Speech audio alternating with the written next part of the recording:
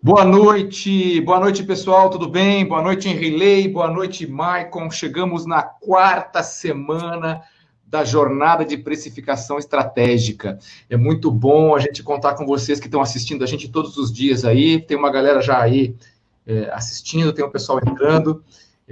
Gente, esse é o 14º webinário sobre pricing, um atrás do outro.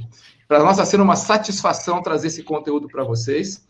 E, enfim, a gente ainda vai seguir essa semana e depois teremos novidades. A gente vai ter um webinário internacional e depois alguns outros formatos para fazer o webinário. Vocês não perdem por esperar. Deixa eu dar uma boa noite para o Henrilei e para o Maicon, pedir para eles se apresentarem.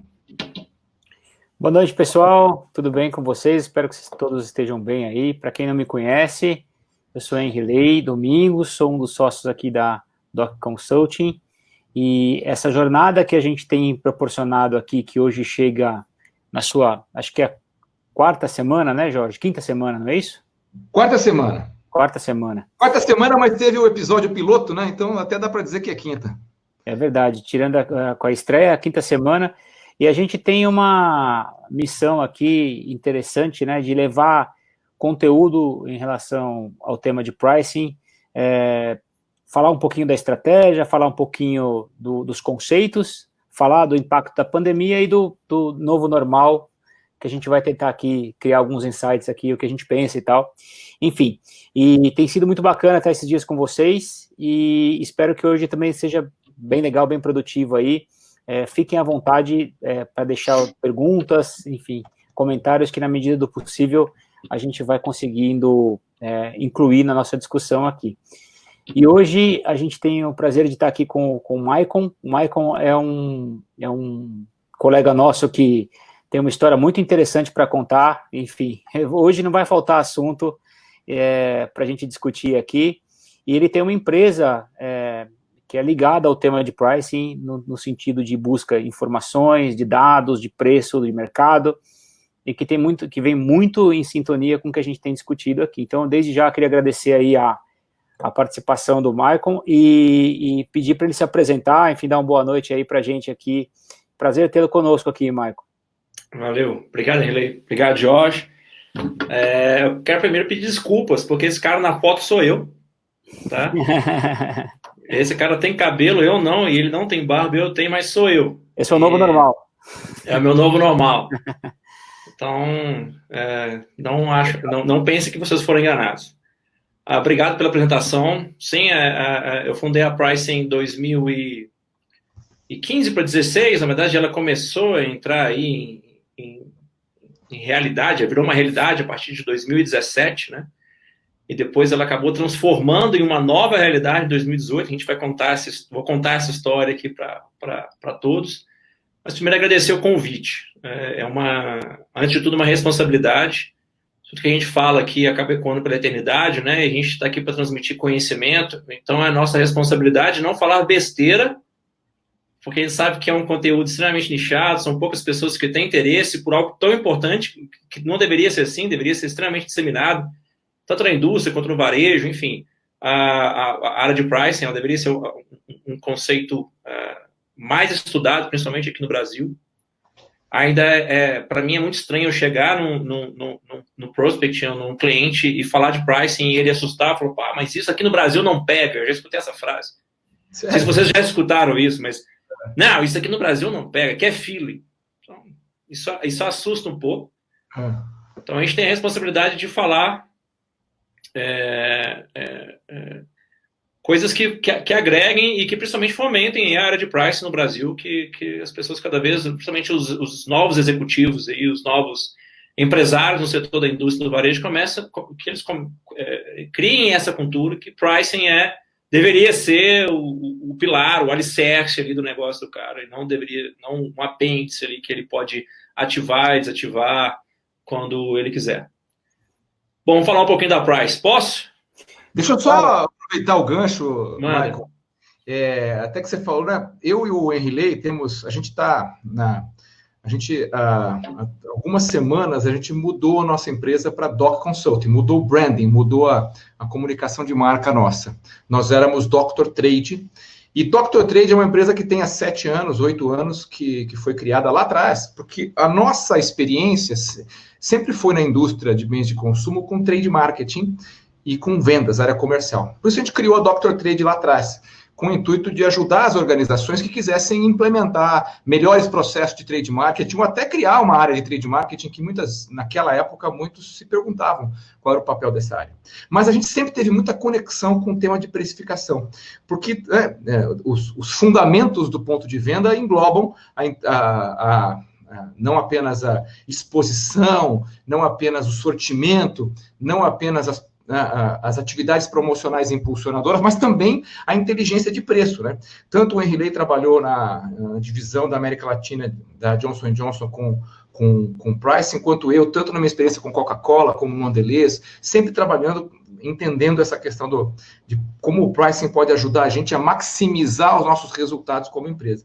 E é muito legal você falar isso, né? Falar que você também criou a sua empresa através de uma percepção de uma necessidade, de uma dor, e a gente percebe isso também. A gente percebe que muitas empresas têm dificuldade no desenho da sua estratégia de preço, muitas empresas até fazem uma boa estratégia, mas têm dificuldade na execução, e com certeza todas elas têm dificuldade no monitoramento, em saber o que está acontecendo, o que está acontecendo de verdade na ponta, nos diversos canais, né?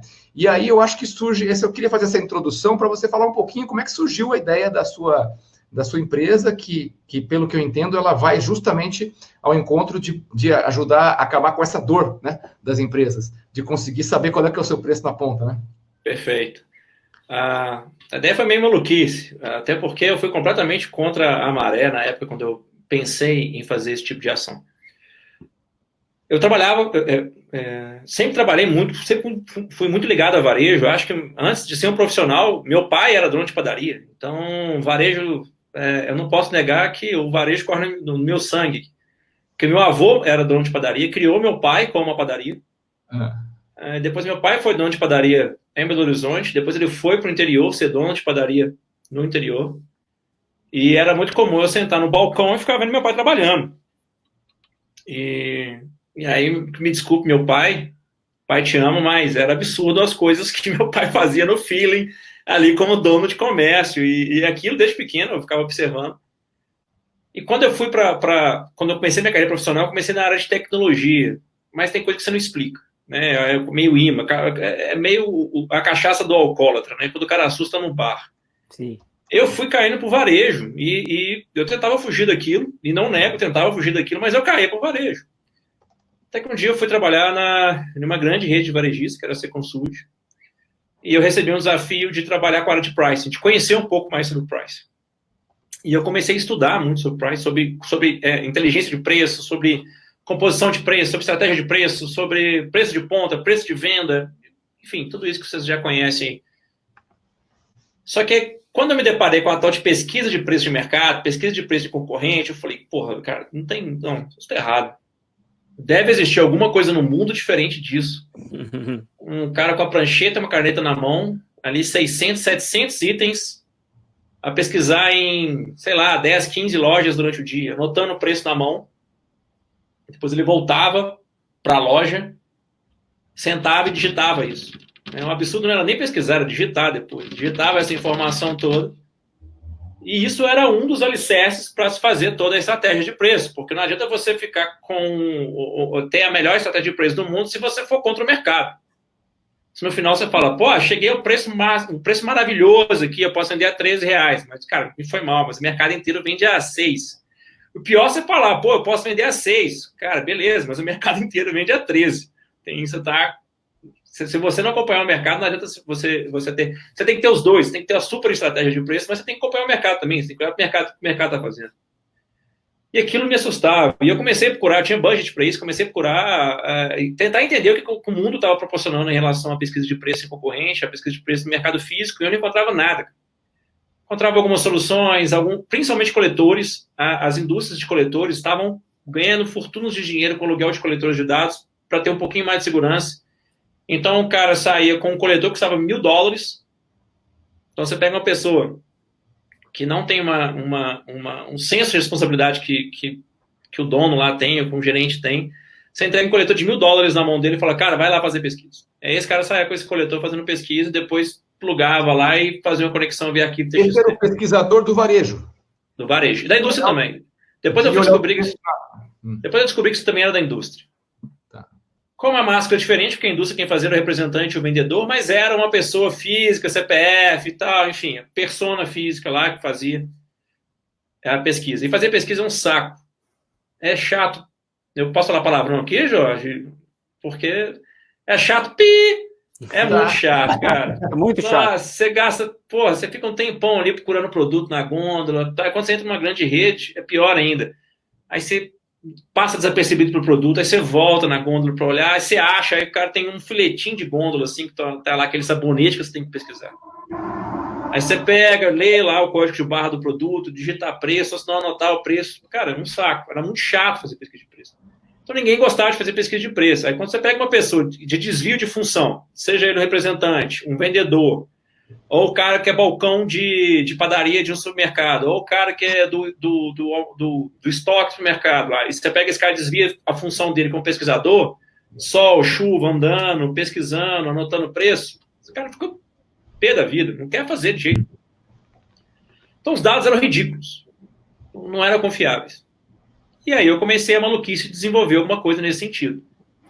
A primeira coisa que a gente fez foi desenvolver eu não posso chamar de app, vamos colocar um software para coletor.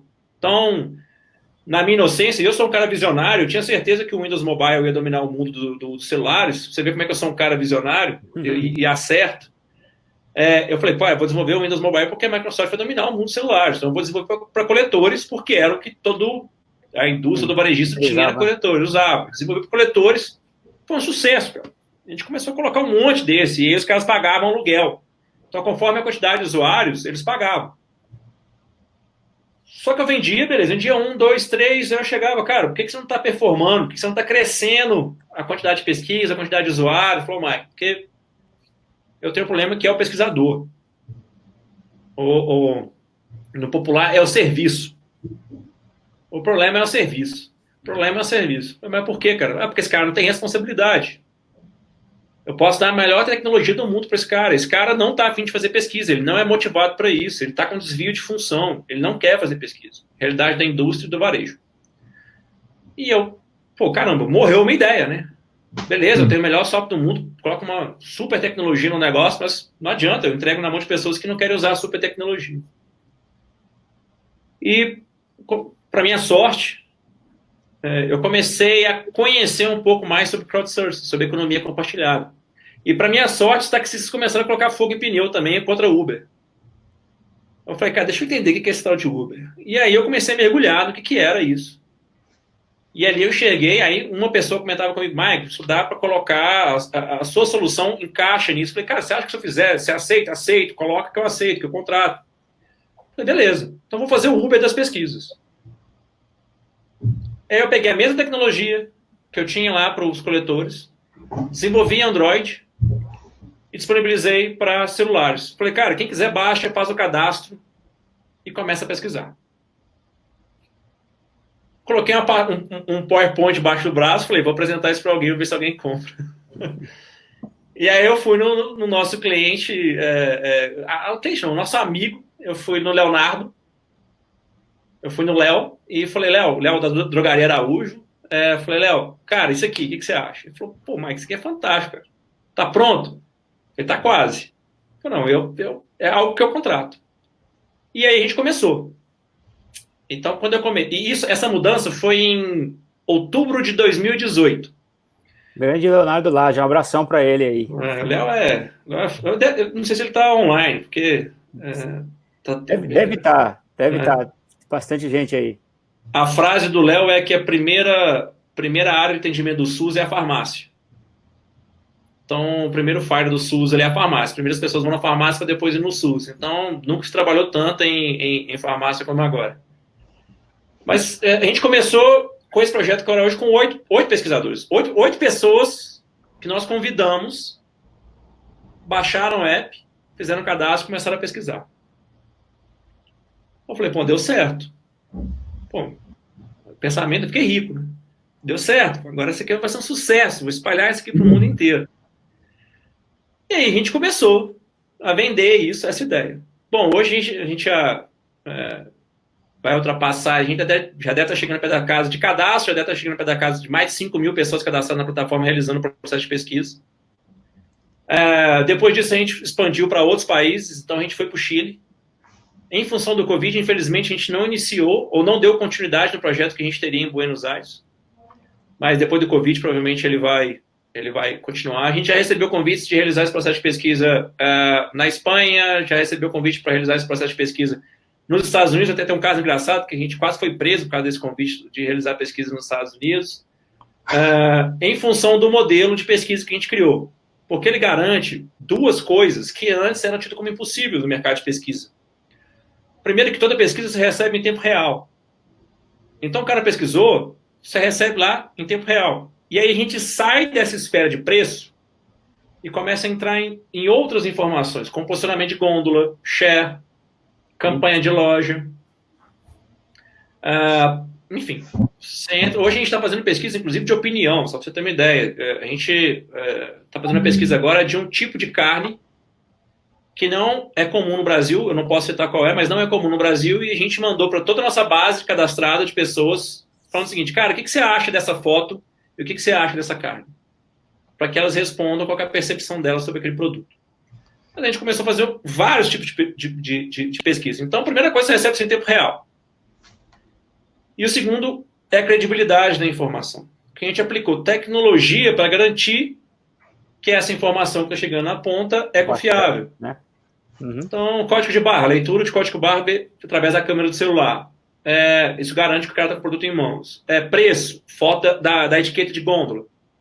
Então, além do cara receber a foto para comparar o preço, e aí a gente acabou, sem querer, a gente descobriu que isso virou quase que o Zap, isso é a frase do cliente meu, virou o Zap do comprador. Porque ele chega para a Ambev e fala assim: Ambev, tem um fulano de tal que está vendendo a R$ 7,90. Aí a Ambev fala: mentira. Aí o cara mostra o Zap, mostra a foto da etiqueta com a data que foi tirada e fala: tá aqui, cara, eu tenho a foto. E outras situações como: Mike, preciso de uma pesquisa urgente em toda São Paulo, de um mix de 700 itens, eu preciso que seja feito em 24 horas. Beleza, vamos embora. Dispara a campanha aqui, todo mundo recebe uma notificação, começa a fazer o processo de pesquisa. E deu certo, e a gente começou a criar outros mecanismos. Então, hoje a gente tem visão computacional para reconhecimento de objetos. Então, eu tiro a foto do objeto como esse. Então, pela característica dele, cor, altura, cor da tampa, rótulo, dizeres e tal, eu falo: cara, isso é uma Coca-Cola. Coca-Cola, 500, tal. Aí eu bato foto da gôndola, 41% dela é ocupada por Coca-Cola, X% é ocupada pelo concorrente. A gente começa a fazer pesquisa de freezer. Vocês sabem como é que é complicado você fazer material, equipamento por consignação, você entrega equipamento para o cara que é varejista lá. Uma curiosidade para quem está nos ouvindo: entra na OLX ou no Mercado Livre, joga freezer Coca-Cola. Tá lotado de freezer Coca-Cola vendendo lá. Agora, pergunta se esse cara... pergunta se esse cara comprou esse freezer ou se ele simplesmente fechou o bar dele e levou todo o material. Então, pede-se. Fantástica a tua experiência, né, cara? Por uma dor que você sentiu para pesquisar preço, você desenvolveu um aparelho, um software, uma solução. E pela dor dessa solução não estar conseguindo escalar, porque faltava uma mão de obra, faltava um pesquisador treinado e capacitado para isso, você criou um sistema de crowdsourcing, de economia compartilhada, tipo Uber, para poder ampliar essa tua esfera. Os teus pesquisadores são só pesquisadores? Eles fazem só isso? Não, hoje a gente está inventando um monte de coisa. Aqui o maluco não para. Então a gente está com uma parceria com uma indústria de proteína gourmetizada, porque antigamente chamava açougue, né? Hoje chama indústria de proteína. Que ela tem um problema muito sério de organização de freezer. Então, quando o pesquisador vai procurar o produto dele, além de encontrar e registrar o preço dele e do concorrente, ele organiza o freezer. Então, eu não sabia disso, a gente vai vivendo e aprendendo, isso dispara as vendas. Você ter um freezer organizado dispara as vendas. Ele organiza. Então, a gente faz pesquisa de invasão. Eu tenho um freezer, vou usar o exemplo Coca-Cola, Ambev, tanto faz. Ele abre, o pesquisador, ele encontra o produto, ele abre a porta do freezer e tira uma foto do freezer. Então, por visão computacional, eu identifico todos os produtos que estão lá dentro. Eu treinei o algoritmo para reconhecer só os produtos do meu cliente. Quando ele entrega um produto como não identificado, quer dizer que provavelmente é concorrente. Então, quer dizer, você está com um freezer, vou pegar o exemplo da Coca, que é mais comum, todo mundo conhece. Você tem um freezer Coca que lá dentro tem o Red Bull. O mais comum não é encontrar o concorrente, o mais comum é encontrar frango, peixe, arroz. Eu sei muito bem disso. Eu fiz pequeno varejo pela Coca já. E o cara tem 11, 15 freezers da Coca lá. Então, o cara usa para poder gelar o produto que ele vai servir na hora do almoço lá e tal. Então, a gente criou outros mecanismos de pesquisa. E, constantemente, nós somos desafiados a gerar outros tipos de pesquisa. Então, agora a gente está fazendo muita pesquisa online. A gente... cada dia mais a gente tem ficado especialista nesse processo de pesquisa online. A gente vai falar muito sobre isso, sobre esse novo normal, né? O mercado online está ficando muito forte e está acontecendo... Vou dar um spoiler aqui, antecipando um pouco. Está acontecendo uma coisa que eu acho muito interessante. Um blend entre o mercado online e o mercado físico. Tá. Eu vendo no online, eu entrego no físico. Ou eu faço a promoção no físico, entrego no online. Eu crio experiência no físico, mas você conclui a venda no online. Algumas coisas estão surgindo nesse sentido. E não só aqui no Brasil, como fora também. E eu tenho percebido que isso pode ser um futuro do varejão. Assim. O exemplo é a Corner Shop, que está fazendo sucesso na América Latina inteira. Sim. Hoje você já, na Califórnia, você entra no supermercado, você não vê consumidor mais, todo mundo com a camisa de algum app que faz compra para você. Você vai, principalmente nos países mais frios, você vai no Chile, você entra nos supermercados, você não tem consumidor, você tem pessoas que têm a camisa de um app que faz compra para você. Então, um movimento que está ficando muito forte também. Então, a gente também está ficando especialista nesse sentido. Ô, Michael, voltando para o preço, queria te fazer uma pergunta. Você é contratado tanto pela indústria quanto pelo varejo para disponibilizar equipes que fazem pesquisa de preço. Na tua percepção, esses clientes que estão te contratando, eles dão uma tratativa estratégica para essa informação? Na sua visão, como é que tá a maturidade das empresas que te contratam com relação à gestão estratégica de preço? Legal. Existe um canyon entre os caras que estão muito à frente disso, já tem uma estratégia muito bem definida, e outros que são grandes, que não têm estratégia nenhuma, que estão engateando ainda. O tema price é muito novo no Brasil. Né? É um tema ainda muito adolescente aqui para todos nós, algo que já existe há muitos anos, mas é muito novo ainda. Então, eu vou dar um exemplo. Eu não vou citar nomes, tá, gente? Por motivos óbvios aqui, eu não vou citar nomes. Todos os meus clientes são maravilhosos e extremamente inteligentes. Isso é fato. Mas, eu percebo que existem indústrias e varejistas que estão saindo de uma gestão familiar, do famoso feeling, pô, meu pai fazia assim, porque meu avô fazia assim, porque a gente tem um sentimento que é assim. E está entrando uma nova geração que está mais preparada nesse sentido, de fazer uma política mais inteligente de preço. E existem outros que já estão mais à frente.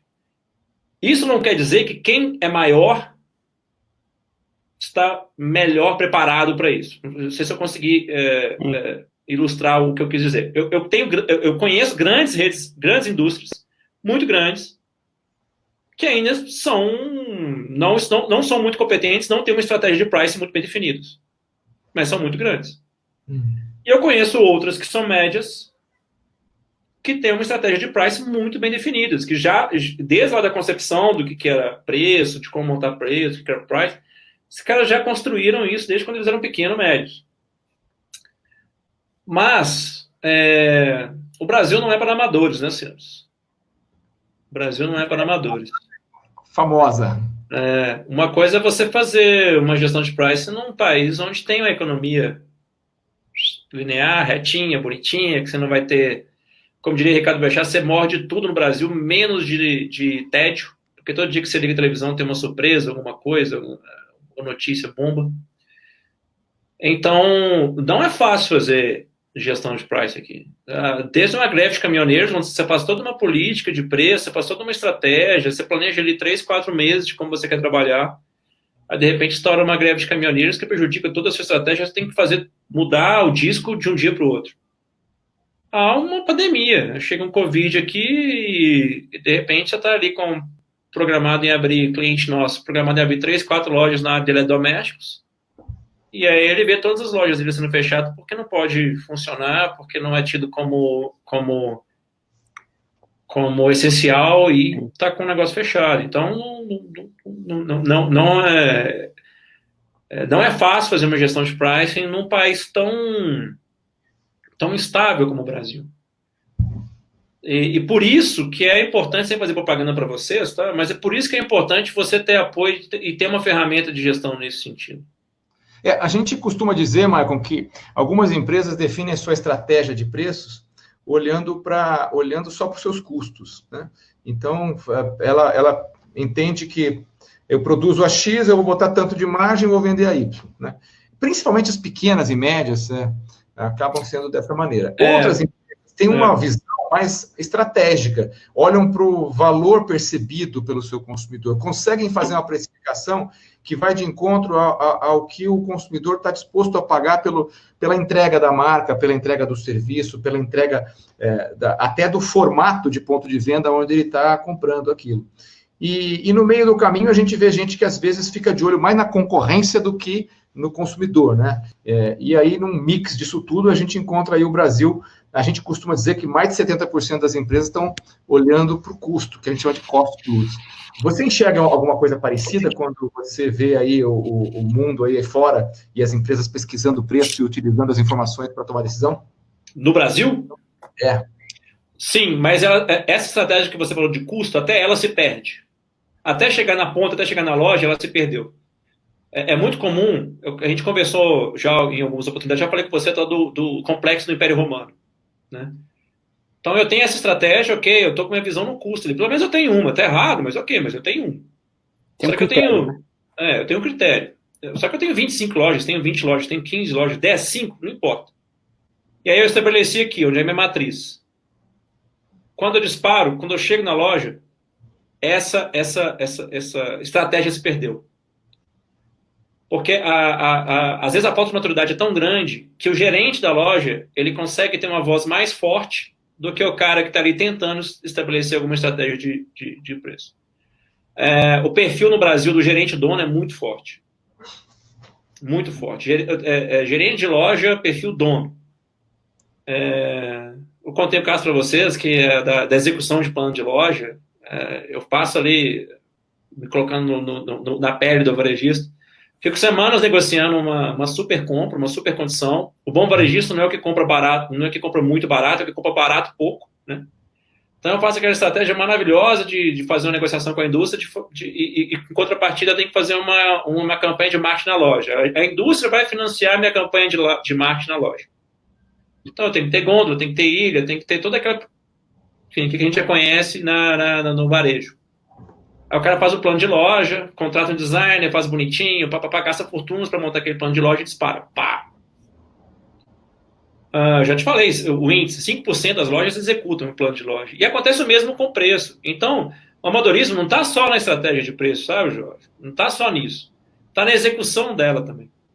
Então, mas a gente tem que tratar alguma coisa, né? Ok, eu trataria o que você falou, trataria ali a estratégia de preço. Deixaria ela... porque esse problema tem como a gente solucionar. A gente estabelece estratégia de preço, faz uma estratégia de preço realmente positiva, aí, que vai dar resultado para o negócio. Agora, como tratar, aí nem eu sei, como tratar essa questão do gerente da ponta lá, o cara que está na ponta, cara, eu conheço redes gigantescas, de mais de 200 lojas, que os caras têm problema com o gerente na ponta. Implementação. Tem, muito forte. Sem dúvida.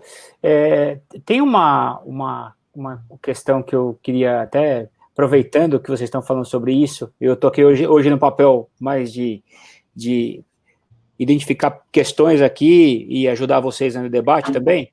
O Joe Everson pergunta uma questão nesse sentido, né?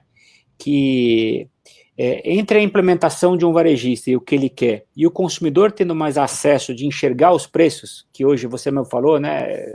Você comentou, Maio. Ele está perguntando se vocês acreditam, né, que com as vendas do canal digital crescendo e o consumidor tendo mais facilidade de enxergar o preço, se vai ser mais difícil a gestão de pricing nesse modelo. Você quer minha opinião? É o contrário, né, Maicon? Ao contrário. Que agora que a estratégia tem que prevalecer, que a postura, mais do que, né, tudo. E ainda colocar nessa receita todo ingrediente que chama-se experiência. O consumidor cada vez mais busca experiência. Então, junto com esse bolo todo de estratégia de price, você tem que ter um outro ingrediente que chama experiência. Eu não sei se vocês conhecem a teoria do círculo de ouro, né? Que são aquelas 3 perguntas. Golden Circle. Yes. Cara, aquilo nunca foi tão real. Então, o antigo consumidor que entrava e você tinha aquele tradicional vendedor, que era o cara que te convencia a comprar uma coisa. Cara, hoje ninguém é convencido a comprar nada. As pessoas estão cada vez mais se convencendo com alguma coisa. Então, eu vou comprar aquilo porque existe um propósito para comprar aquilo. Então, eu não vou comprar porque eu quero, não vou comprar porque... A tal do consumo, o consumo por impulso está acabando. E eu acho que vai acabar. Porque as pessoas estão saindo com propósito para comprar as coisas. Então, eu já participei de conversa sobre estratégia de pricing, que no final de tudo o cara colocou assim, não, ok, cara, mas as pessoas não gostam dessa marca. Por que elas não gostam dessa marca? Porque tem um boato XYZ que soltou na internet, que quando abriu a embalagem tinha não sei o que lá dentro. Pô, cara, beleza. O Mike cabeça branca, barba branca do antigo fala assim, pô, desculpa a palavra, só um, tá, João? Que se foda. Né? O antigo era assim, que se foda. Hoje não, cara. Você tem que entrar lá e ver quantos views tiveram aquele vídeo. Sim. O quanto aquilo repercutiu, porque senão se você vai colocar esse produto na gôndola, você vai ocupar espaço à toa. Ninguém vai comprar aquilo, cara. Então, olha como é que isso mudou. Então, a estratégia de price hoje, mais do que nunca, ela é essencial nesse sentido. Então, voltando, o que eu acho, achismo completo, porque ninguém sabe o que vai ser depois dessa pandemia, o que vai ser o real aí do varejo. Mas eu acho que esse blend entre o online e o físico, isso é o futuro. Para mim, isso é o futuro. Então, eu pesquiso, eu estudo, eu tomo minha decisão do que eu vou comprar pelo online.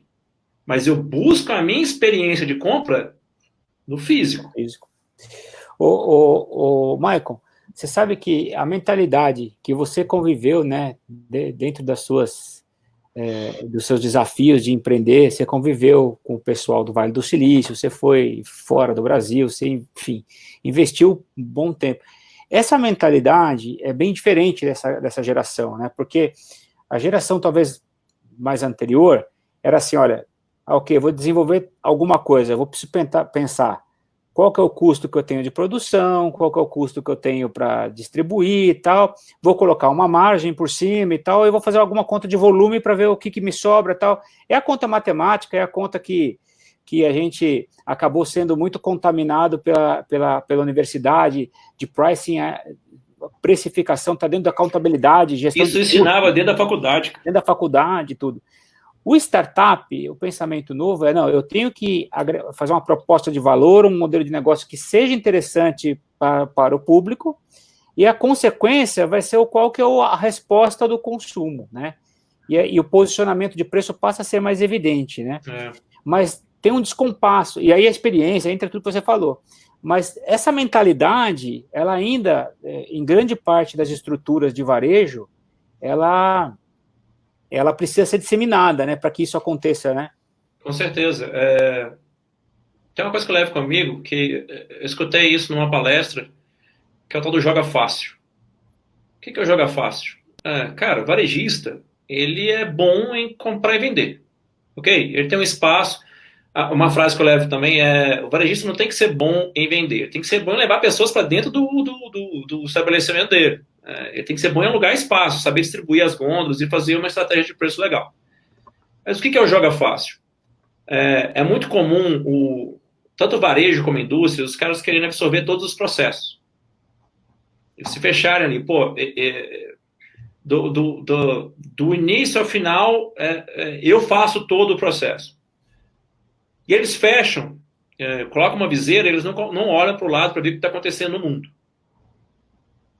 E aí temos nós, aqui, que a gente acorda, toma café, passa a manhã, almoça, passa a tarde, janta, dorme pensando em price. Tô mentindo? É isso aí. É isso aí. Se sobrasse mais algum tempinho, a gente faria também. Faria também. Eles não. Então, qual que seria o lógico? Se você pensar o lógico. Cara, vou no meu joga fácil. Eu vou cuidar do que é o meu varejo, abrir loja, gestão de loja, aquilo que eu jogo fácil, que eu sou bom, e vou tirar minha viseira, vou olhar para o lado e falar assim, cara, vem cá, eu preciso entender o que está acontecendo no mundo. Quem que são os caras que estão se tornando especialistas nesse assunto? É esse cara aqui. Tá, vem cá. Eu tenho dinheiro, cara. Entendeu? Eu falo, cara, Mike, se eu ganhasse amanhã na Mega Sena, o que você faria? Eu falo, abrir o supermercado. Busca esse cara e fala assim, cara, aqui, ó, tá aqui meu negócio. Olha para ele, aonde eu tô errando. Aqui. Por quê, cara? A gente respira isso. Pô, eu vou dar consultoria de RH? Eu não sei nada de RH. Mas eu sei gente que acorda, toma café, passa a manhã, almoça, só pensando em RH. Eu vou dar consultoria de, sei lá, de qualquer outra coisa que eu não tenho domínio, não. Eu vou naquilo que eu jogo fácil. E esse é o jogo fácil nosso. Entende? E por que eu estou trazendo isso? Porque, às vezes, nosso trabalho é um trabalho extremamente ingrato. Porque pricing, você toca lá no dedinho. Assim, sabe? Da ferida, assim. Aquele dente que dói. Você vai lá com um ferrinho, assim. Ai, dá aquele ferrinho. Porque você vai na alma do cara do varejo. É o preço. É o que ele é apaixonado. É o que ele acha que ele tem extremo domínio sobre aquilo e tal.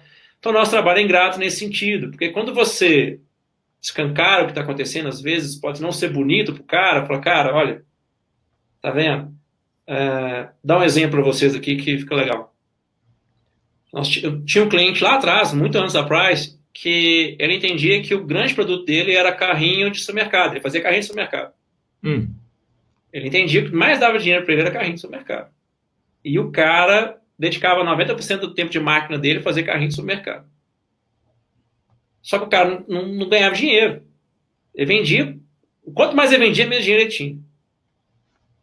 E aí a gente foi fazer um trabalho de consultoria para ele. Quando a gente chegou lá, a gente foi olhar, o que mais dava dinheiro para ele era prateleira, era gôndola. Carrinho de supermercado dava prejuízo pro cara.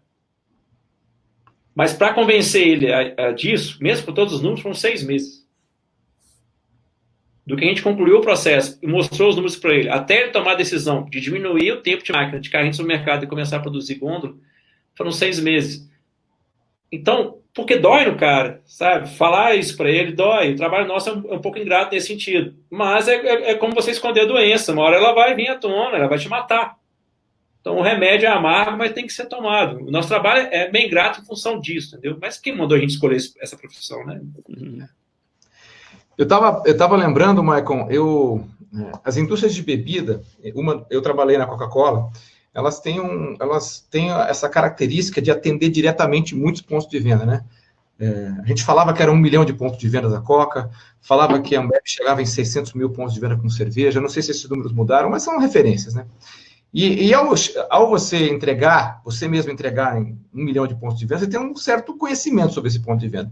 E a indústria de bebidas tinha esse costume de fazer muita pesquisa com a própria equipe ou com equipes terceirizadas e ter um domínio sobre o preço que estava acontecendo ali em cada canal, e ter um domínio, inclusive, até se a margem de cada canal estava dentro dos parâmetros considerados justos, né, de divisão de lucro entre varejo, indústria, e quanto que fica para o consumidor pagar aquilo que é justo. E esse domínio dessa informação permitia fazer, usado com inteligência, permitia fazer grandes manobras comerciais, né? Um volume está indo mal num canal, você consegue saber onde você vai, você consegue mexer quais são os indicadores de invasão, quais são os indicadores que estão ruins e que você consegue atuar sobre eles, fazer campanhas de incentivo. Esse domínio das informações era vamos dizer assim, uma vantagem estratégica, uma vantagem competitiva da indústria. Eu sei que você também está fazendo muita pesquisa no pequeno varejo, né? No médio varejo, que as empresas não têm muito domínio do que acontece lá. E muito menos sobre o preço, né? Porque geralmente tem um intermediário no meio, um atacadista, um distribuidor. Conta um pouquinho para a gente como é que é esse mundo do pequeno varejo, do médio varejo, em relação à execução de preço. Putz. Bom, primeiro, Domingos, eu te respondi. Eu consegui responder porque eu fui e voltei aqui, não sei se eu me embolei. Eu te respondi? Não, foi sim. É isso aí. Legal. Vamos lá, Jorge. Cara, primeiro, pequeno varejo, eu acho que ainda vive meio década de 80, porque os caras até hoje têm aquela maquininha de reajustar preço, clac, batendo lá. A política de preço do pequeno varejo, o cara põe uma biruta do lado de fora, e conforme o vento vai soprando para a esquerda, para a direita, ele vai reajustando o preço. Posso contar o caso da sardinha como exemplo aqui, do pequeno varejo? Claro. Uma rede de supermercado média, periferia de Belo Horizonte, o cara não parava de vender sardinha. Era o produto dele. Pô, eu vendo mais sardinha do que no litoral. Cara, tem um negócio errado, ninguém vende sardinha assim. O cara se orgulhava de vender sardinha, vivia comprando sardinha, comprando e enchendo a prateleira de sardinha. Até que um dia ele percebeu que a sardinha dele virava torta lá na panificadora, né, na padaria dele. Então o cara ia lá na gôndola, tirava a sardinha e fazia torta. Aí o preço da torta pelo preço da sardinha dava prejuízo. Mas por que eu estou narrando isso? Agora você imagina a indústria que precisa fazer essa gestão de preço na ponta no pequeno varejista, que hoje já tem um percentual grande de vendas nesse sentido. Porque você monitorar o grande, ok, é relativamente fácil você monitorar o grande. Né? Tem alguns grandes que até divulgam o preço de venda deles. Mas você ir no varejo, pesquisar o varejo, principalmente nesse momento, onde existe uma onda para valorizar o mercado local, agora com a quarentena ainda mais, pessoas estão valorizando o mercadinho de bairro. Em outros países, como o Chile, em um quarteirão você vê 3, 4, 5 mercadinhos. A mesma coisa está acontecendo nos Estados Unidos. As pessoas estão valorizando muito esses pequenos mercados. Você fazer pesquisa lá é um desafio. Primeiro que você tem o vendedor, a depender da indústria, ele não vai se desgastar com o dono fazendo pesquisa. Ele não quer ter esse tipo de desgaste porque ele precisa fazer venda ali. Segundo, porque o cara muda de preço de manhã à tarde. De manhã ele tem um preço, aí à tarde, de manhã ele vendeu pouco, ele já muda o preço para tarde para ver se mudando o preço ele vende mais. E segundo, porque se chegar um cara lá, uma indústria concorrente, e oferecer um preço melhor, ele arranca esse produto da prateleira e põe da concorrência, porque o espaço dele é reduzido. Então ele não tem a menor preguiça de pegar o seu produto, jogar para estoque e encher a prateleira que tá dando, com outro produto que está dando mais margem para ele. É só porque o cara chegou lá e fez um preço melhor para ele. Então pesquisar esse cara é um desafio. E acabou que a gente se tornou especialista nesse sentido, de pesquisar esse pequeno varejista. O problema é que esse cara, ele começou a crescer também. Então, o pequeno varejo, aquele cara pequeno, ele começou a crescer, ele começou a ocupar espaço na indústria, só que ele não tem a gestão de um médio grande. Então, olha que bolo legal que virou, essa confusão que ficou, né? Então, o cara troca de preço de manhã à tarde, eu começo a crescer, eu tinha uma lojinha pequenininha com 1 PDV, agora eu tenho uma loja maior com 3. Eu era uma pequena padaria, agora eu sou um mini mercado, eu tenho ali 7 gôndolas. Te contei o caso de uma padaria que está faturando quase mais de 1 milhão por mês aqui. E qual que é a minha estratégia de price? 0.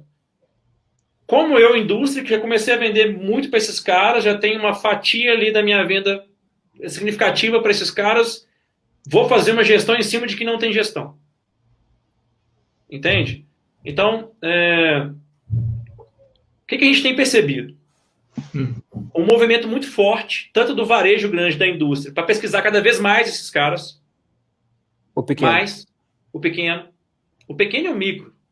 A gente tem pesquisado em alguns lugares que até surpreende, assim, umas birosquinhas que eu jamais imaginei quando eu fundei a Price que eu ia pesquisar. Estado de terra. Tem uma foto no lugar que a gente pesquisa que você não acredita. Você anda no estado de terra, acho que 3 quilômetros, você chega lá no mercado, o mercado do cara tem 3 PDVs. Então, cada vez mais pesquisando esses caras.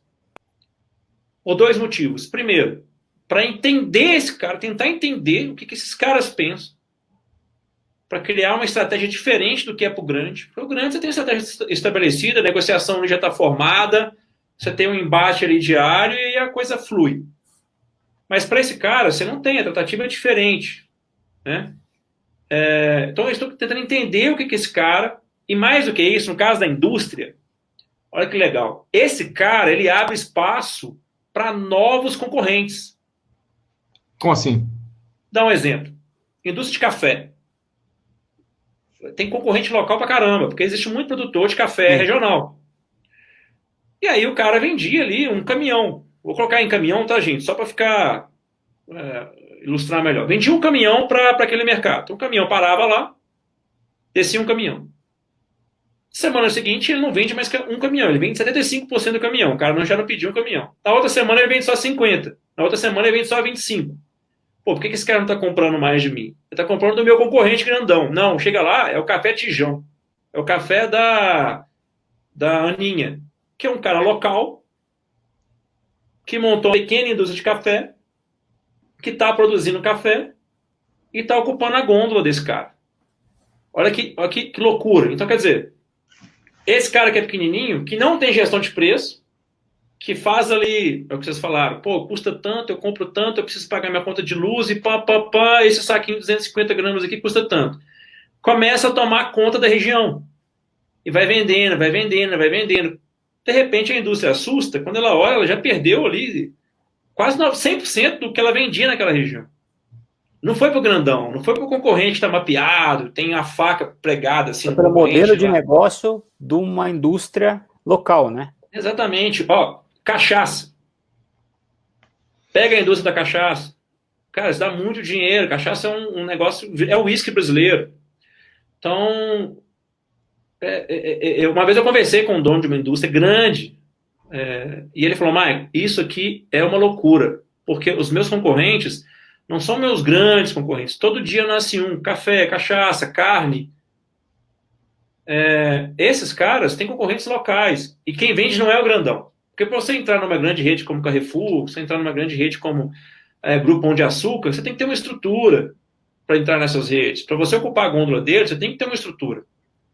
No pequenininho, você não precisa ter nada, você precisa ter coragem. Você bate na porta e fala, cara, você que é o dono? Sou o dono. Cara, eu tenho esse café aqui, ó. Posso te vender? Pode. E aí, o que você citou, Ambev, Coca-Cola, todas essas indústrias, elas perdem muito espaço no pequeno em função do local. E a gente acabou virando especialista nesse sentido. Se eu fosse tentar adivinhar um negócio do futuro, seria uma ferramenta Pricing SaaS para esses carinhas pequenininhos. Sabe, o dono de 2, 3 padarias que não sabe, ele começa a sofrer porque ele não sabe mais como fazer a gestão daquele negócio. Ele fala, pra caramba, se vocês, com o produto de vocês, entram num cara desse, vocês transformam o negócio do cara, por completo. Porque ele não sabe, mas ele tem um super poder de compra nesse momento atual. Porque cada vez mais o regional, o pequeno, o local está ganhando espaço, está aumentando. Você lembra que a gente falou do propósito? Existe um grande movimento de vamos valorizar os mercados locais, porque eles estão sofrendo muito com esse processo de pandemia. Cara, inevitavelmente, depois isso vai gerar um movimento contínuo de valorizar mais o mercado local pelo propósito do cara que está ali, que é pequeno e tal. Então, esse cara, a Price acabou virando especialista de pesquisar esse cara, porque ele incomoda o grande. Olha que coisa maluca, né? Então, o grande fala assim, pô, beleza, dominamos, a gente já tem conhecimento de todos os nossos concorrentes. Indústria ou varejo? Tem mesmo? Cara, pega seu gráfico de pizza lá, olha esse pedacinho aqui, ó, que é essa fatia de venda. Você conhece esses caras? Não conheço. Pô, então você não conhece 20, 30, 40% do seu mercado de consumo. Você estava falando em pandemia, que mudou muito o perfil agora, né? A gente está valorizando o mercado próximo e tal. Você ainda está com as 5 mil pessoas na rua pesquisando? Não. Não diminuiu como a gente... Quando a gente criou a PriceW em dezembro, que é a pesquisa web, de dezembro para janeiro, a gente viu o que estava acontecendo na Europa e o meu sócio a gente imaginou que inevitavelmente chegaria no Brasil. Hoje já está provado que chegou em fevereiro a pandemia no Brasil, só que, como bons brasileiros, nós ignoramos em função do carnaval. Mas a gente já imaginou que isso fosse acontecer. E a nossa ideia era, vai fechar tudo. Vai ser lockdown total, não vai ter ninguém na rua. A gente continuou fazendo pesquisa, não no mesmo volume, porque a gente tinha como cliente loja de eletrodoméstico, indústrias de carne, indústrias químicas, a gente tinha supermercado, enfim. Esses diminuíram o volume de pesquisa. Por outro lado, as farmácias aumentaram. E um movimento engraçado sobre as farmácias. Nunca se falou tanto de pricing em função desse movimento agora. Nunca se falou nas farmácias. Nunca se olhou tanto para os produtos para falar de price. Por quê? A farmácia virou um novo supermercado nesse momento. Tinha muita gente que não sabia que na farmácia era possível comprar alguns produtos que antes ela só tinha na mente dela comprar no supermercado. Então, elas entraram na farmácia e falaram, caramba, peraí, aqui eu consigo comprar outras coisas, eu consigo comprar um sorvete, eu consigo... E com um volume de pessoas menores e um contato menor do que uma rede de supermercado que você entra, tem aquela quantidade de gente lá dentro do supermercado comprando e tal. Então a farmácia assustou com isso, porque ela começou a vender coisas que ela não vendia. Ela tinha uma cauda longa aí de 30 dias, 40, 45 dias em determinados produtos, e ela começou a vender como se fosse um supermercado. Ela assustou, falou, caramba, peraí, isso aqui eu vendia um desse a cada 2 dias, agora eu estou vendendo 2 por dia. Por quê? Em função desse movimento. Várias pessoas foram até a farmácia para comprar itens como remédio, máscara, álcool em gel e tal, e encontraram na farmácia outros produtos que elas desconheciam. Essa é uma curiosidade. Então eles começaram a falar muito sobre price. Por outro lado, pouca gente na rua, mas muita gente na internet. E como a gente faz o impulsionamento, e como a gente faz a divulgação da economia compartilhada, do modelo Uber via internet, a gente também teve muito acesso à plataforma nesse momento. Então, nisso foi positivo. A gente tem a sensação que quando tudo voltar ao novo normal, que está na moda, né?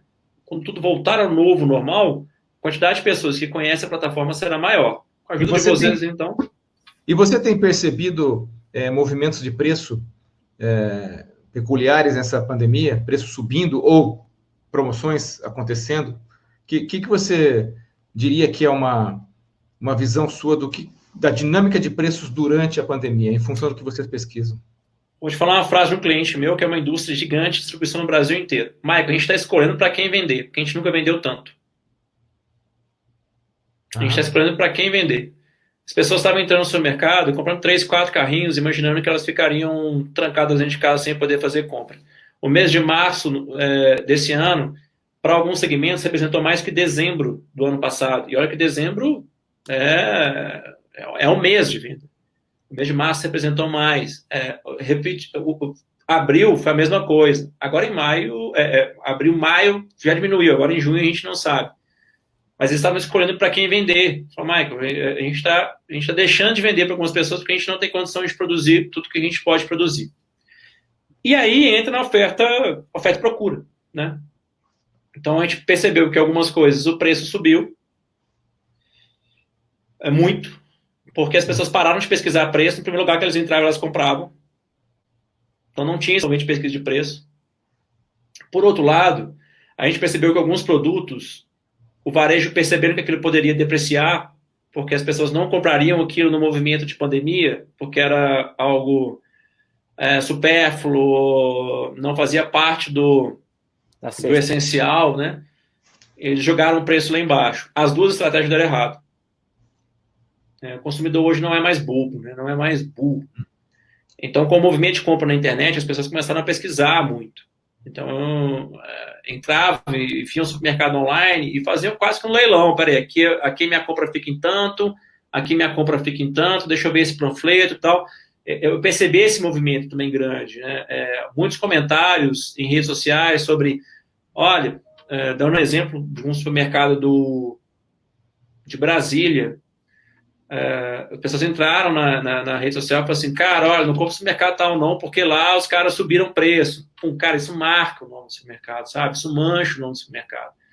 Então, o varejista não percebendo que agora a gente está vivendo uma nova geração, uma geração conectada, que as pessoas comentam, divulgam. Qualquer post hoje idiota, você tem, sei lá, 1.000 pessoas, 500 pessoas acessando e vendo aquilo. Né? Ainda mais se for polemizado, ainda mais pessoas vendo. Mas a gente assistiu 2 ondas. A primeira, de um consumo exagerado, todo mundo imaginando que ficaria em casa, que era quase um apocalipse zumbi, que ninguém poderia se pisar fora de casa que morreria. Comprando... Eu tenho uma foto muito engraçada que um cliente me mandou, um cara com 3 melancias no carrinho. Eu falei, pô, cara, que paixão por melancia é essa? Os caras comprando de forma absurda. E depois o pessoal falou, opa, peraí, então isso é pandemia?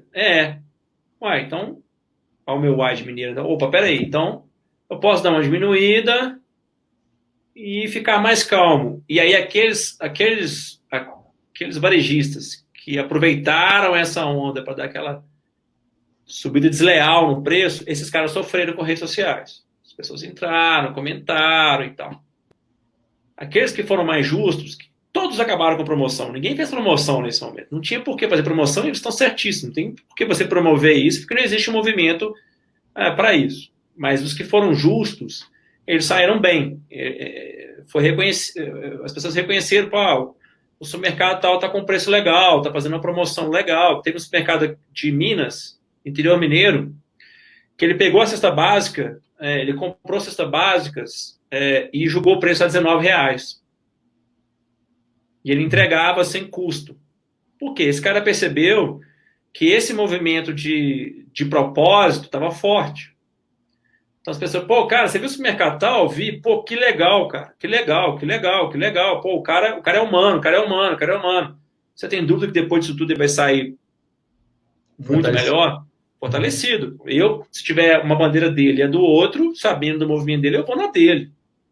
É um cara que merece meu reconhecimento. Uma dispersão de preço, um produto, que níveis que vocês costumam pegar numa pesquisa de preço, de dispersão entre menor e maior preço?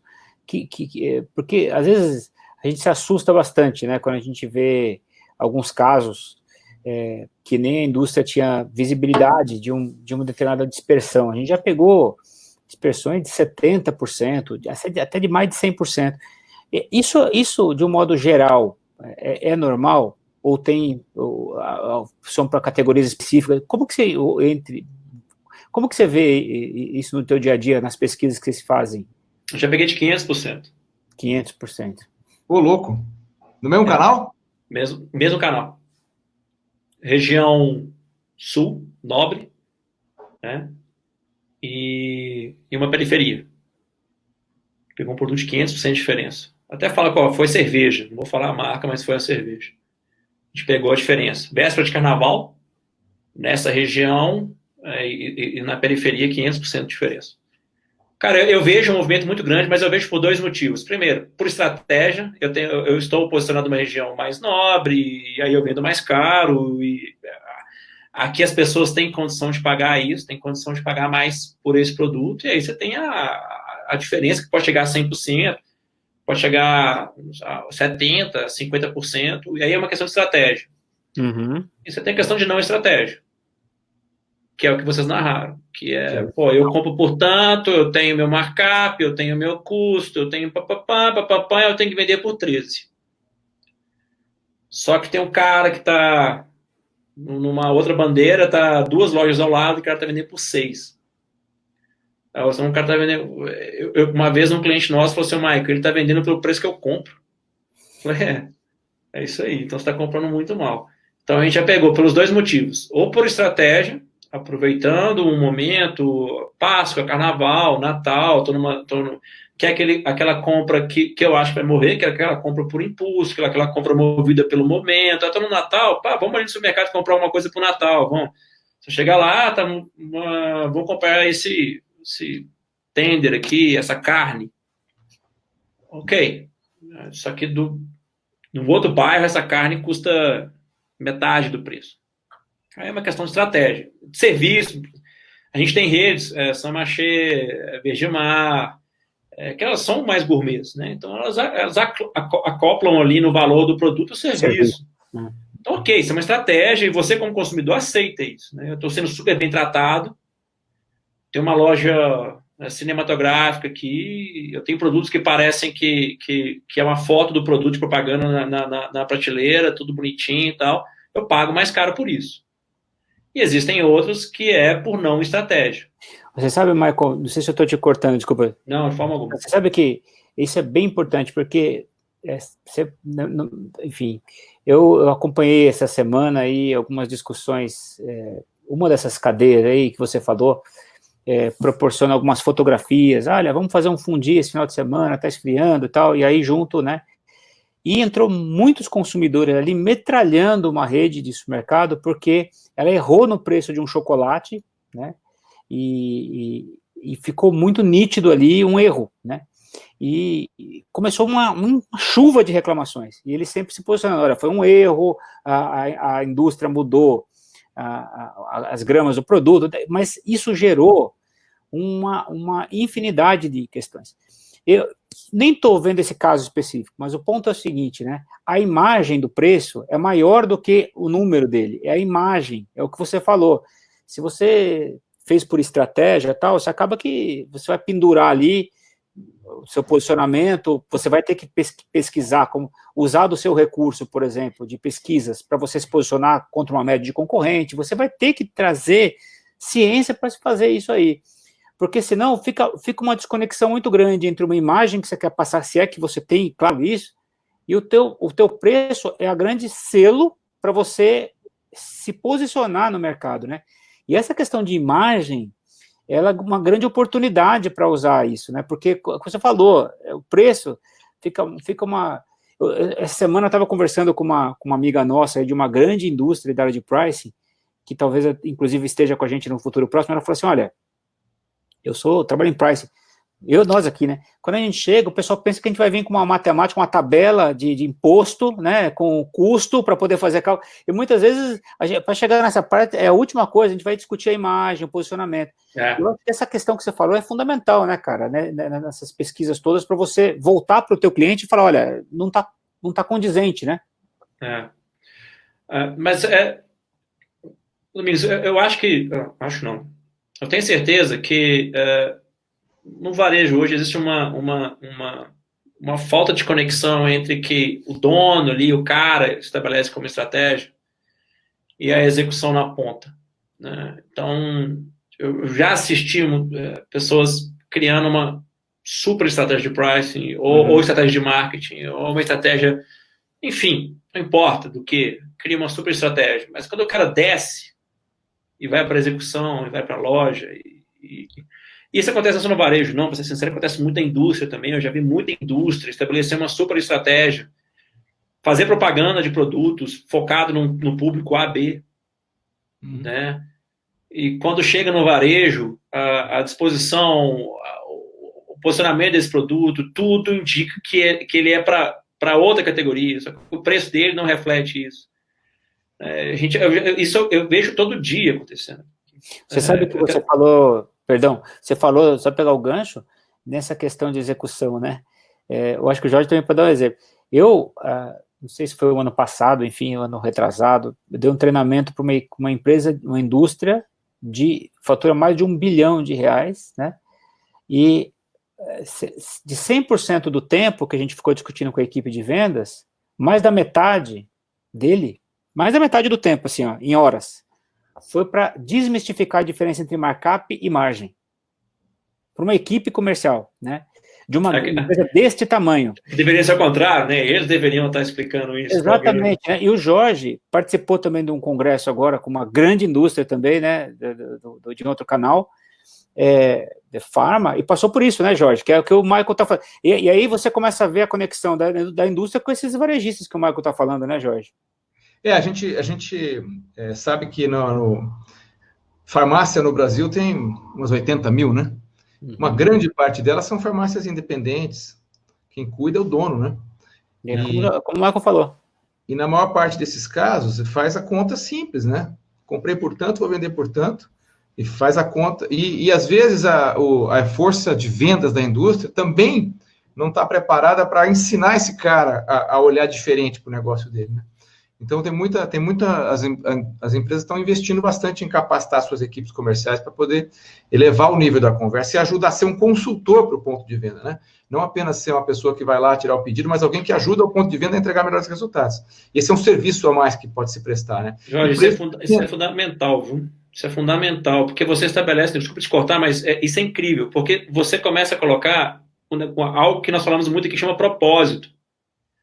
Cara, não quero só te vender, eu quero te ajudar a vender. Eu acho que isso na indústria tinha que ser como um mantra. Uhum. A indústria, ela precisa perceber que ela, sem o varejista, não é nada. Então, ela tem que chegar para esse cara e ela tem que se tornar esse cara um especialista em pricing. Entende? Então, sem querer puxar saco de vocês, mas o trabalho que vocês fazem é incrível nesse sentido. As pessoas começaram a perceber que o Excel não pode ser o maior software de gestão do mundo. Uhum. Tá errado o Excel ser o maior software de gestão do mundo. Tá errado você criar uma planilha de 15 colunas, não sei quantas linhas, e que você altera um número e sai alterando todo, porque você pode digitar um número errado, cara. Sabe? Não dá mais para fazer varejo como meu avô fazia, como meu pai fazia. E isso, Jorge, desculpa te cortar, mas para mim falta muito isso. A indústria tinha que pegar isso como um mantra. Falar assim, vem cá, vamos pegar os caras que estão na ponta, esses caras que conversam com o varejista, que conversa com o seu Zé, com o seu Luiz é meu pai, que é varejista, conversa com o seu Luiz, pegar esses caras e vou ensinar eles a serem multiplicadores. O antigo evangelizador, não sei se vocês eram da época do evangelizador. Opa, é isso aí. O antigo evangelizador, esse cara tem que ir lá na ponta e falar assim, vem cá, você está fazendo errado. Não é tirar pedido. Eu conheço um monte de vendedor de indústria que ele sabe que o cara está comprando errado. Ele sabe que o produto é perecível, que vai estragar, que o cara não tem aquele giro, mas ele vende. Eu acho isso errado. Na minha opinião, é errado. Entende? Isso tinha que ser o propósito da indústria. Ele falou assim, cara, vamos fortalecer o canal, vamos fortalecer o pequeno, o médio, vamos, pá. Só um desabafo, tá, Jorge Domingos? Bom, e transformar isso num mantra mesmo, de fazer esses caras ficarem competentes, porque infelizmente no Brasil a gente não tem essa educação financeira na escola, a gente não tem isso no alicerce nosso. Você falou, olha, que o Excel não deve ser a ferramenta, a grande salvação para a estratégia de pricing. O Lucas falou aqui, aleluia, né, que o Excel não serve para pricing, né, enfim, né, ele é um apoio, mas não deve ser a primordial, a estratégia vem antes. E o Flavian comentou aqui, fez um comentário aqui no teu ponto, olha, geralmente faz pesquisa de preço para baixar o preço, como se fosse sempre o vilão do baixo desempenho. É a mentalidade que precisa mudar. Ou seja, eu desempenho mal, eu vou lá dar um desconto, porque eu acho que isso que vai resolver o problema. Você quer fazer um comentário, Jorge? Não, eu estava lembrando que no tempo que a gente atendia o varejo, algumas redes varejistas tinham essa pesquisa de preço justamente para no dia seguinte estar mais barato do que o mais barato da véspera, né? Sim. Então, meio que acompanhar o preço né, faz a pesquisa, tem alguém que está mais barato e eu vou baixar o preço para ficar mais barato que o cara que estava mais barato, né? Você vai calculando o teu negócio. Quando a gente sempre fala aqui que muitas vezes o consumidor que está ali tem alguns produtos que ele sequer vai comparar o preço com outro varejista, porque ele escolheu aquela loja por um conjunto de razões e não apenas pelo preço, né? E aí vai indo para baixo a estratégia da indústria, a estratégia do varejo, a rentabilidade do varejo, a rentabilidade da indústria também, porque isso volta, né? Em algum momento vai voltar. E o legal de ter esse bate-papo contigo, Michael, é porque a gente muitas vezes trabalha com as empresas em ajudar a entender a estratégia, que é a primeira parte, né? Se você sai com a estratégia bem desenhada, já é um começo. Só que aí ela tem que implementar essa estratégia. O primeiro desafio, a primeira barreira para implementar são os canais, né? Que se não são bem conhecidos, o custo de servir de cada canal, a característica do pequeno varejo, aquele pequenininho, a característica do distribuidor, a característica do atacado, a característica de um formato do tipo atacarejo, tem que entender impostos para poder fazer chegar na ponta. E aí, quando chega na ponta, o que acontece? Ninguém sabe o que está acontecendo na ponta. Por quê? Porque tem essa dinâmica de baixar o preço, do gerente da loja que baixa porque o vizinho... E aí, empresas como a sua surgem para que a gente consiga medir o que está acontecendo. E ao medir o que está acontecendo, a gente consegue identificar onde estão as falhas, né? E pode ser que as falhas sejam na ponta, pode ser que sejam no meio, pode ser que seja na partida. Mas se você não mede, você não tem nenhum resultado, né? Eu devo ter uma meia dúzia, isso, não sem gerente de loja me matar, mas é isso mesmo. Cara, tem um negócio muito engraçado quando se trata de execução, de price e tal. Você está falando da promoção, Domingos? O problema do cara fazer promoção não é só isso. É que o cara fala assim, ó, nós estamos mais caros. Que geralmente é o foco da pesquisa, saber o quanto mais caro está. Deveria ser o contrário, o quanto mais barato eu estou. Né? Nós estamos mais caros. Abaixa o preço e faz uma promoção. Quer dizer, além do cara abaixar o preço, ele ainda gasta fazendo promoção. Uhum. Ele vai colocar isso num tabloide, ou vai colocar isso num anúncio de rádio, ou ele vai mandar o cara fazer o cartaz pintado e colocar do lado de fora. Além de abaixar o preço, o cara ainda está fazendo a promoção. E qual que é a ciência que esse cara utiliza para baixar o preço? E qual que é a ciência que esse cara utiliza para criar a promoção? Puro feeling. Uhum. O que você falou é verdade. O cara recebe, é muito comum aqui, uma curiosidade, quando a gente fala assim, qual que é o formato que você quer receber a sua pesquisa? Porque o cara pode receber no formato que ele quiser. Ele pode receber direto no software dele de RP, direto na solução de você, no formato que você quiser. Adivinha qual que é o formato, campeão? Excel. Claro. Quando o cara recebe no Excel, e ele ainda pede para ele fazer o PROC V ainda para ele. Quando o cara recebe no Excel, ele pega aquela pesquisa de preço, ele copia e cola na planilha dele. Qual é a chance disso dar certo? E é o que a gente leva pro cara. Cara, daqui a 6 meses, você vai estar me xingando. Porque eu não vou conseguir dar a você o que você espera. Não é só pesquisar. Eu estou te dando, olha, estou te dando um cenário. O mercado é assim. Seus concorrentes são assim. Os produtos têm esse comportamento. Tá vendo esse produto? Ele tem esse comportamento. Tá vendo esse? Eu achei que sexta-feira ele sobe, ele desce. Quando você lança o tabloide, tá vendo seus concorrentes? Eles se movimentam. Quando você lança o tabloide. Isso tudo eu mostro para você. Agora, não adianta nada você receber isso e não aplicar algo realmente inteligente, poderoso por trás desse resultado. Porque eu estou te dando são dados e informações que você tem que colocar em cima de algo mais robusto. Assim, eu não tenho vergonha de falar isso, porque o nosso trabalho é minerar. Tem um cliente meu que fala que a gente faz o trabalho sujo, né? A gente minera. É aquilo que ninguém faz. Então eu me orgulho disso, porque ninguém consegue fazer o que a gente faz com a performance que a gente faz. Então o nosso trabalho é minerar. Beleza, eu vou te entupir de informações. Você não vai acreditar na quantidade de informações. Eu tenho cliente meu que eu já entreguei milhões de dados para eles no mês. Legal? Beleza. Vai fazer o que com isso? Esse é o problema, né?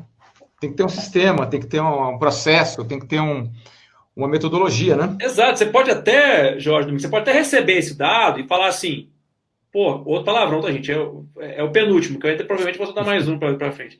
Você pode até olhar aqui e falar assim, pô, fudeu, né? Fudeu. Ok, beleza, é importante isso. É a teoria do alcoólatra. Primeiro ele tem que saber que ele é alcoólatra, né, para daí curar a doença dele. Mas daí, se você não fizer movimento nenhum, e se você ficar todo olhando aqui e falar assim, fudeu, abaixa preço, fudeu, abaixa preço, fudeu, abaixa preço, cara, eu tô te falindo. Cancela o contrato comigo, vive na ignorância que ela vai te deixar feliz. Eu estou te falindo. Não faça isso. Então, é muito importante o trabalho de vocês nesse sentido, entendeu? De pegar isso tudo, esse volume de dados, essa montanha de informações, e compilar isso para que se transforme numa estratégia. Aí é o desafio. né? É verdade. Você sabe que tem comentários aqui também. Infelizmente, você viu que o tempo voa, né? Já estamos aqui. Nossa, já estamos com mais 15 de bate-papo aqui. Mas você Cara, sabe que dois eu estou à pontos disposição. legal que os comentários aqui do Flavian falando, olha, muitas vezes a gente deveria falar de valor, né? E é claro, quanto mais se aprofundar nessa questão, é entender aquela velha frase, quanto vale o show, né? Ou seja, que atributos que você vai oferecer de serviço, de mix, enfim, tudo que você pode oferecer e quanto isso vale na prática, né? Tem hoje caminhos para você avaliar isso e criar essa estratégia, mas alguns ainda precisam limpar, organizar uma estratégia inicial, né? Que é de separar as categorias em diferentes papéis dentro da loja, né? Saber que categoria que eu vou ser mais elástico em preço e que vai formar minha imagem, que categoria que eu vou ter mais rentabilidade. Tem um trabalho a ser feito antes, mas no futuro, fazendo isso bem feito, se aproximar de valor. E para isso é que entra o que você está trazendo, né, Michael? Que é você, então, agora tá bom, essa é a tua estratégia, vamos checar se no mercado ela faz sentido, né? Se os seus concorrentes como que eles estão posicionando, e não é para você abaixar o seu preço, e sim para você ver como que você vai se posicionar perante a eles, que tipo de serviço você agrega mais, que tipo de... aonde vai ser o seu diferencial, né? E se for pelo preço, o seu diferencial, o dia que você não tiver preço, você não vende mais, né? Fica parecendo que a gente está falando mal da nossa solução, do nosso negócio, né? Cara, mas preço para mim tinha que ser a última coisa a ser pensada, honestamente, na minha opinião. Acho que você tem dois caminhos. Pô, vou conhecer o mercado para daí estabelecer minha estratégia. Eu vou estabelecer minha estratégia para daí conhecer o mercado e saber se ela faz sentido, que você acabou de narrar. Mas outra coisa que você disse que eu já vi acontecer muito é, se eu sobrevivo porque eu tenho preço, cara, eu tô fardado a morrer.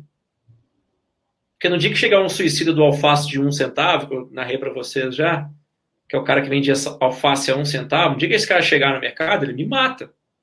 Porque qual que é a paixão das pessoas pelo meu negócio, pelo meu varejo, pela minha indústria? Zero. Elas são apaixonadas pelo meu preço. Elas me compram porque eu sou mais barato. Não existe valor aqui no que eu estou propondo, nem como varejista, nem como indústria. Então a gente volta lá que a gente falou lá atrás. Propósito. Cada vez mais os consumidores estão ligados nisso. Então, por que eu compro? Por que eu vou te comprar? Por que esse produto é melhor? Qual que é a proposta desse produto? E quem está ligado nisso, não é só a indústria, tá? Porque esse movimento já está mais maduro na indústria. A indústria já percebeu isso, e agora até os bancos já perceberam, né? Que até o CEO do Santander está indo para a televisão agora e fala, pô, confia em mim. O cara, ninguém nem sabia que ele existia, agora o cara vai para a televisão e fala, confia em mim que eu vou fazer o diferente. Ninguém nem sabia que o cara existia. Mas agora a indústria já tá mais madura nesse sentido. Então, você pega P&G, Unilever, Coca-Cola, elas já vendem propósito há alguns anos, elas vêm vendendo propósito há alguns anos. Mas o varejo não. Quando o Pão de Açúcar começou a vender propósito, e isso deu certo na estratégia dele, e outros varejistas começaram a vender propósito, a gente citou, eu vou voltar, primeiro porque eu gosto muito deles, segundo porque é meu cliente e me permitam um espaço de merchan aqui. Gosto muito que a drogaria Drogaria Araújo faz nesse sentido, de vender propósito. Ela vende um propósito sobre, se faz bem na Araújo tem, e ela leva isso de forma muito real, contundente. Quando você tem o propósito no produto, no varejo e tal, cada vez mais esses consumidores, essa nova geração, essa geração digital, elas começam a ficar antenadas nisso e fidelizam ao seu varejo. E aí não é preço mais, é estratégia. Uhum. Porra, Mike, legal, então eu vou criar um super propósito e vou começar a vender algum propósito aqui em vez de produto. Não, cara, se você falar mentira, as pessoas vão perceber. Se você vender um propósito e não tiver uma estratégia de execução disso na ponta, quando a pessoa entrar na sua loja, você vai dar para ela o maior combustível da decepção, que é a expectativa.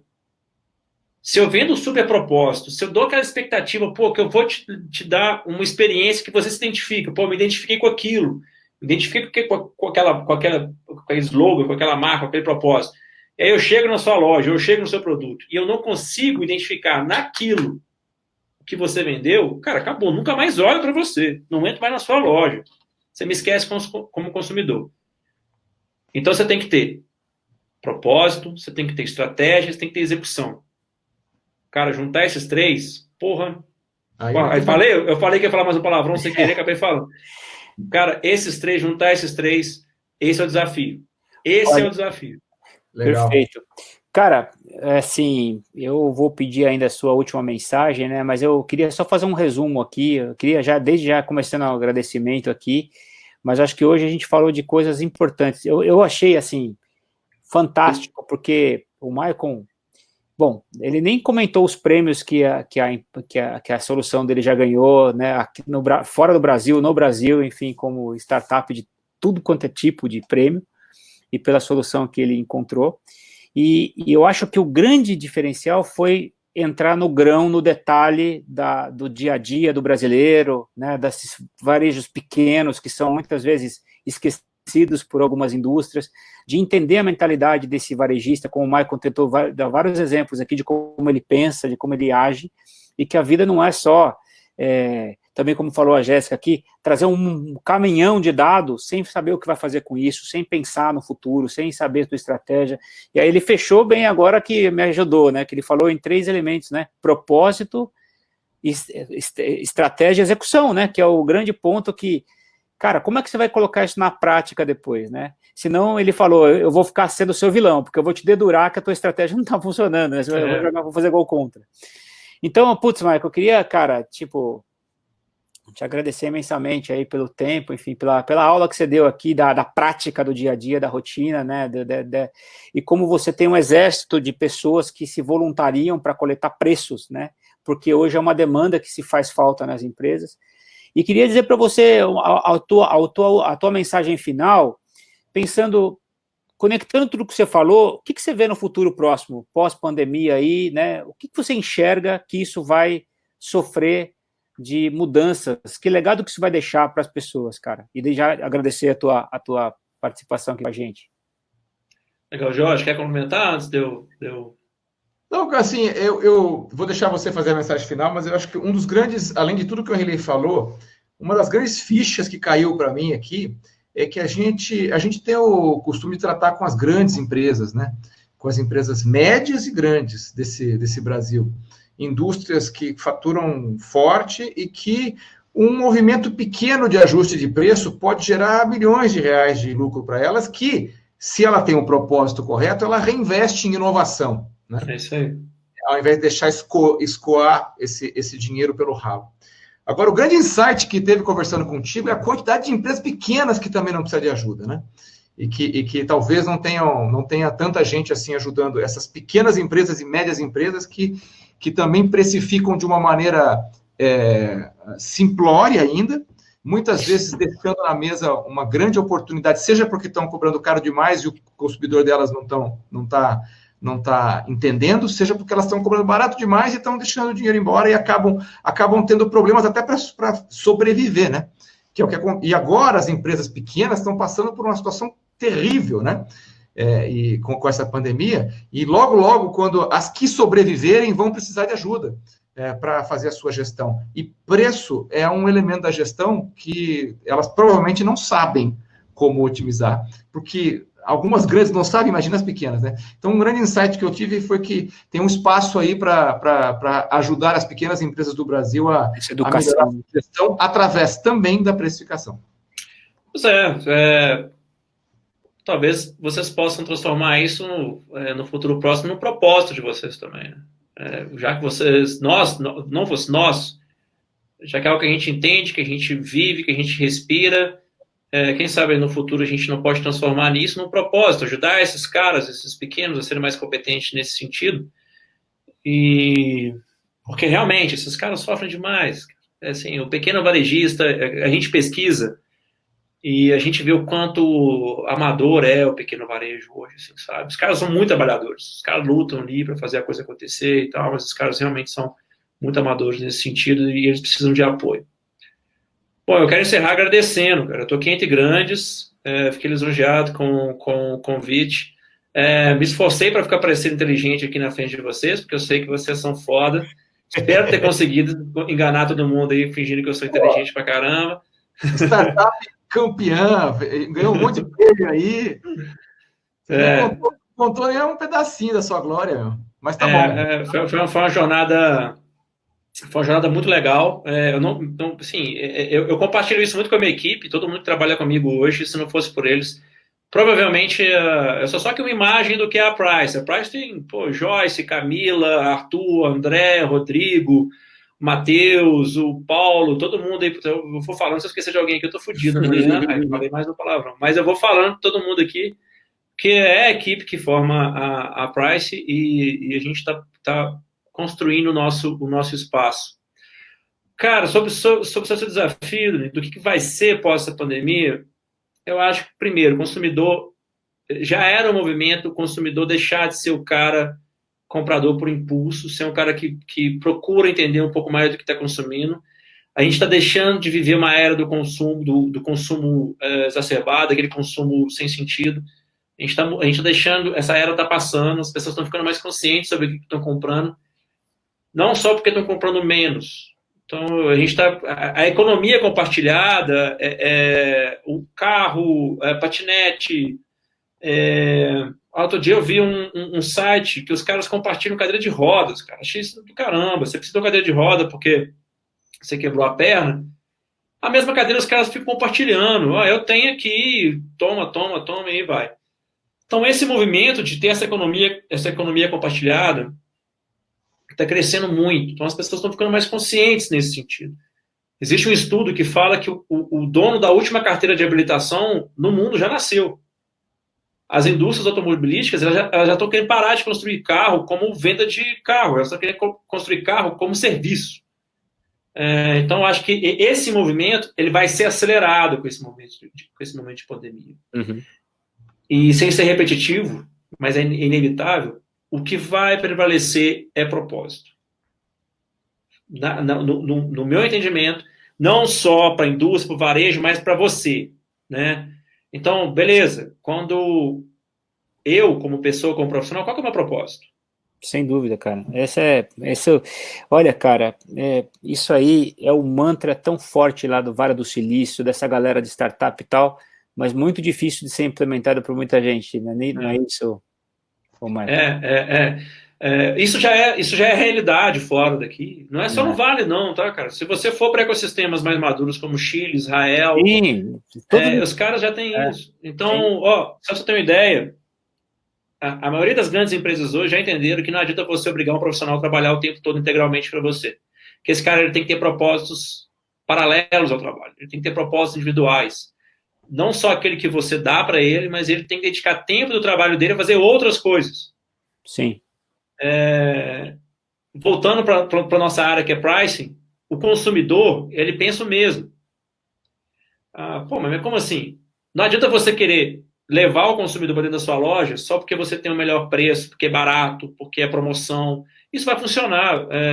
Funciona para algumas classes ainda, funciona para algumas... Mas cada vez mais esses caras estão comprando por outros motivos. Mesmo na classe D, C, D, E, os caras já estão sendo influenciados pelo Instagram, por TikTok, por Facebook. Então, porque o cara viu que tem... eu sou de uma periferia e o meu linguajar é outro. Eu vivo outra realidade aqui na minha periferia. Até a forma de falar é diferente. Quando eu identifico um varejista que fala o que eu falo, sim, que entende o meu modismo, né? Eu vou nesse cara. Eu não vou no grandão, eu vou nesse cara. Isso aí. Da outra ponta, a mesma coisa. Eu tenho minha forma de pensar. Peraí, com quem eu me identifico? Identifico com esse cara. Então, cada vez mais isso vai ser... Talvez, aqui pensando, surgiu agora, talvez o varejo comece a ficar nichado.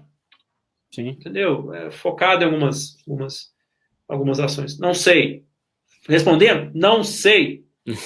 Não sei. Por isso a gente tem que todo dia acordar e estudar, entender o que está acontecendo. Cara, assim, eu tenho vários... Putz, vou ter que ser bem dinâmico aqui, porque eu tenho uma porção de recadinhos para dar aqui. Mas eu queria dizer o seguinte, mais uma vez agradecer ao Marco, e assim, cara, a gente tem aqui multiperfis, né? A gente trouxe aqui pessoas da indústria, pessoas do varejo, pessoas de prestadores de serviço, enfim. Hoje eu acho que o que foi muito legal da sua participação com a gente aqui, cara, foi essa visão que você está trazendo a visão, você bateu bastante no propósito. Eu queria, o Joe Everson pediu aqui literatura, o primeiro recado, o Jorge depois pode passar aqui, Joe Everson, o Jorge tem um acervo de literatura de pricing para passar, mas eu queria também dar a dica do Golden Circle, do ciclo de ouro que falou aqui o Maicon, que é do Sinek, né, Jorge? Simon Sinek, né? Simon Sinek. Depois a gente passa aqui também, mas vale a pena, tem no YouTube esse vídeo. Joga no YouTube legal, que tem, é muito legal. E tudo isso tem a ver com criação de valor, propósito, para depois, né, precificação vem na sequência, como o Maicon falou. Outro recado, agradecer aqui, público cativo de sempre aqui, Lucas, Isabelle, Flavian, pessoal que está, enfim, também, de novo, como o Maicon falou, vou ficar falando nome, eu sempre cometo algumas, mas enfim, do que a gente lembra aqui, obrigado mais uma vez. E o Jorge está passando algumas dicas aqui dos livros, e também dizer o seguinte, gente, amanhã a nossa sequência aqui continua, nosso desafio aqui, e teremos aqui pessoas muito legais, muito importantes com a gente aqui do varejo, né, ligado ao comportamento de shopper também, que falou aqui, o Maicon também aqui.